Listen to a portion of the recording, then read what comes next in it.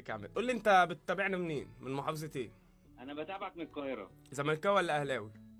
لا، زملكاوي طبعا. طيب قول لي ايه رايك في قصه التجديد بتاعت زيزو، ان احنا كل يوم بنسمع حاجه، بنسمع من والد زيزو ان اللعيب محدش كلمه في الاداره ان هو هيجدد، وبنسمع من الاداره ان اللعيب قرب يجدد، وكنا انفرضنا الاسبوع اللي فات مع الصحفي اسلام محمد اللي قال لنا ان هو والد زيزو اتكلم معاه وقال له ان اصلا مفيش حد في الاداره لحد النهارده كلم زيزو في تجديد او في اي حاجه، ولكن سمعنا والله مؤخرا. يا كابتن، انا اتفضل. شايف ان الموضوع ده الاداره هي سايباه عايم علشان خاطر يثيروا الجدل، وفي الاخر نجدد لزيزو ب 100 وب 120 وب 130 ونقول احنا عملنا وسوينا، وفي الاخر هنلاقي ان احنا زيزو بس اللي جددنا له وما جبناش لعيبه ثانيه. مم.